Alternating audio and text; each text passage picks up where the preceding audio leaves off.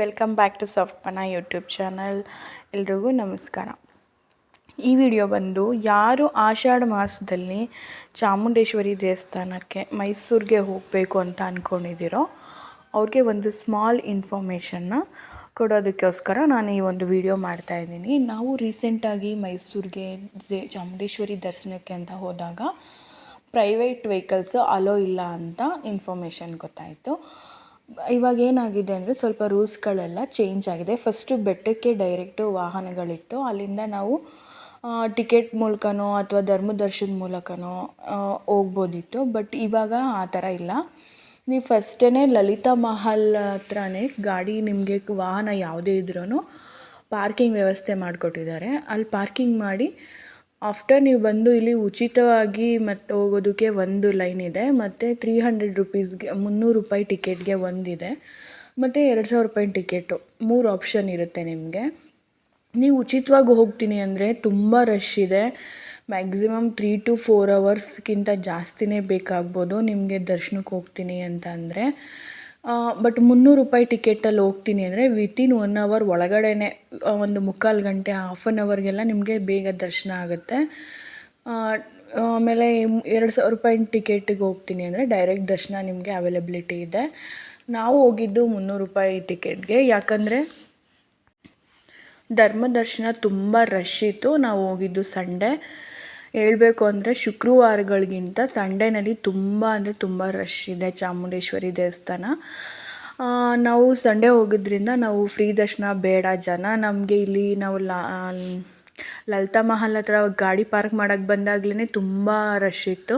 So ಇಲ್ಲೇ ಇಷ್ಟು rush ಇದ್ದಾರೆ, ಇನ್ನು ಅಲ್ಲಿ ಇನ್ನೆಷ್ಟು ರಶ್ ಇರುತ್ತೋ ಅಂತ ನಾವು ತೊಗೊಂಡಿದ್ದು 300 ರುಪೀಸ್ ಟಿಕೆಟ್ಟು.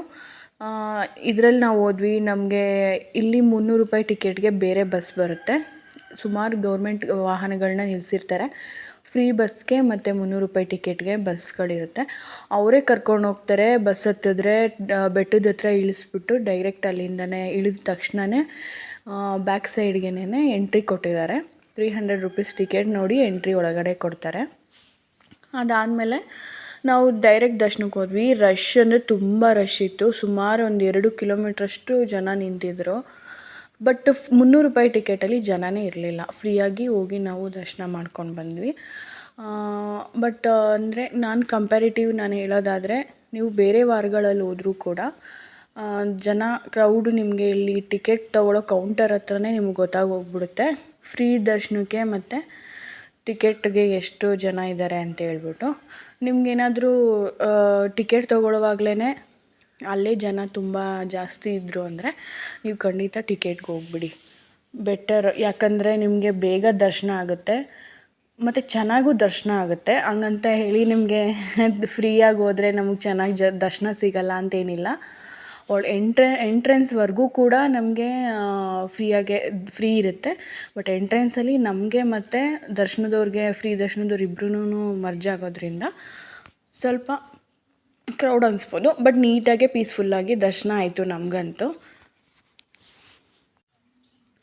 ಆಫ್ಟರ್ ಅಲ್ಲಿಂದ ರಿಟರ್ನ್ ನಾವು ಬಂದು ಹೊರಗಡೆ ಬಂದಮೇಲೆ ನಾವು ಎಲ್ಲಿ ಬಸ್ ಇಳಿದಿರ್ತೀವಲ್ಲ ಅಲ್ಲೇ ಬಸ್ ಹತ್ತೋದಕ್ಕೂ ಕೂಡ ಫೆಸಿಲಿಟಿ ಇದೆ. 300 ರುಪೀಸ್ ಅವ್ರಿಗೆ ಬೇರೆ, ಮತ್ತು 2000 ರೂಪಾಯಿ ಟಿಕೆಟ್ ಅವ್ರಿಗೆ ಬೇರೆ, ಮತ್ತು 200 ರೂಪಾಯಿ ಫ್ರೀ ದರ್ಶನದವ್ರಿಗೆ ಬೇರೆ ಬೇರೆ ಬಸ್ಗಳನ್ನ ನಿಲ್ಲಿಸಿರ್ತಾರೆ. ನೀವು ಅಲ್ಲಿ ಓದಿ 300 ರೂಪಾಯಿ ಟಿಕೆಟ್ ದರ್ಶನದ ಭಕ್ತಾದಿಗಳಿಗೆ ವಾಹನ ಅಂತ ಮೆನ್ಷನ್ ಮಾಡಿರ್ತಾರೆ. ಆ ಬಸ್ ಹತ್ಕೊಂಡ್ರೆ ರಿಟರ್ನ್ ನಿಮ್ಮನ್ನ ತಂದು ಲಲಿತಾ ಮಹಲ್ ಹತ್ರ ಇಳಿಸ್ತಾರೆ. ಆಫ್ಟರ್ ನಮ್ಮ ಗಾಡಿ ನಾವು ತೊಗೊಂಡು ರಿಟರ್ನ್ ನಾವು ಮನೆಗೆ ಬರ್ಬೋದು. ಪ್ರತಿ ವರ್ಷ ತುಂಬ ಕ್ರೌಡ್ ಇರ್ತಾಯಿತ್ತು. ಸೊ ನಾವೆಲ್ಲ ದರ್ಶನಕ್ಕೆ ಟಿಕೆಟ್ ತೊಗೋಬೇಕು ಅಂದರೆ ಡೈರೆಕ್ಟು ದೇವಸ್ಥಾನದ ಹತ್ರ ಹೋಗಿ ಟಿಕೆಟ್ ತೊಗೊಂಡು ಅಲ್ಲಿಂದನೇ ದರ್ಶನ ಮಾಡ್ಕೊತಾ ಇದ್ವಿ. ಬಟ್ ಈ ಸಲ ಸ್ವಲ್ಪ ಡಿಫ್ರೆಂಟಾಗಿ ಮಾಡಿದ್ದಾರೆ. ಬಟ್ ಇದು ಒಂದೊಳ್ಳೆ ರೀತಿ ಅಂತ ಅನ್ನಿಸ್ತು ನನಗೆ. ಯಾಕಂದರೆ ಜನಕ್ಕೆ ಇವರೇನು ಅಷ್ಟೊಂದು ಸ್ಟ್ರಗಲ್ ಕೊಡ್ತಾಯಿಲ್ಲ. ಮತ್ತು ವಾಹನಗಳ ಮೇಂಟೆನೆನ್ಸ್ ಎಲ್ಲ ನಾವು ಆರಾಮಾಗಿ ಪಾರ್ಕಿಂಗ್ ಮಾಡ್ಕೋಬೋದು. ಅಲ್ಲಿ ಬೆಟ್ಟದಲ್ಲಿ ನಿಮಗೆ ಅಲ್ಲಿ ಪಾರ್ಕಿಂಗ್ ವ್ಯವಸ್ಥೆ ಕಡಿಮೆ ಇದ್ರೂ ಪ್ರಾಬ್ಲಮ್ ಆಗಿಬಿಡುತ್ತೆ. ಸೊ ಅದರಿಂದ ನಾವಿಲ್ಲಿ ಆರಾಮಾಗಿ ಪಾರ್ಕಿಂಗ್ ಮಾಡಿ ಟಿಕೆಟ್ ತೊಗೊಂಡು ಆರಾಮಾಗಿ ದರ್ಶನ ಮಾಡ್ಕೋಬೋದು. ಮತ್ತು ಇಲ್ಲಿಂದನೇ ನಮಗೆ ಡಿವೈಡ್ ಆಗೋದ್ರಿಂದ ದರ್ಶನ ನಮಗೆ ನಿಜವಾಗ್ಲೂ ರಿಸ್ಕ್ ಅನಿಸಲ್ಲ. ಬಟ್ ಧರ್ಮದರ್ಶನ ಸ್ವಲ್ಪ ರಿಸ್ಕ್ ಅನ್ನಿಸ್ಬೋದು. ಸುಮಾರು ಒಂದು 4-5 ಗಂಟೆ ಕಂಟಿನ್ಯೂಸ್ ಆಗಿ ನಿಂತ್ಕೋಬೇಕು. ಬಟ್ ಇನ್ನೊಂದು ಏನಂದರೆ ಇಲ್ಲಿ ಕುಡಿಯೋ ನೀರಿನ ವ್ಯವಸ್ಥೆ ಇದೆ, ಆದರೆ ಕುತ್ಕೊಳ್ಳೋವಂಥ ವ್ಯವಸ್ಥೆ ಇಲ್ಲ. ಭಕ್ತಾದಿಗಳಿಗೆಲ್ಲ ನಿಂತ್ಕೊಂಡೇ ದರ್ಶನ ಮಾಡಬೇಕು. ಸೊ 3-4 ಅವರ್ಸ್ ದರ್ಶನ ಮಾಡ್ತೀನಿ, ನನಗೇನು ಪ್ರಾಬ್ಲಮ್ ಇಲ್ಲ ಅನ್ನೋರು ಖಂಡಿತ ನೀವು ಧರ್ಮ ದರ್ಶನಕ್ಕೆ ಹೋಗಿ ಮಾಡಿ.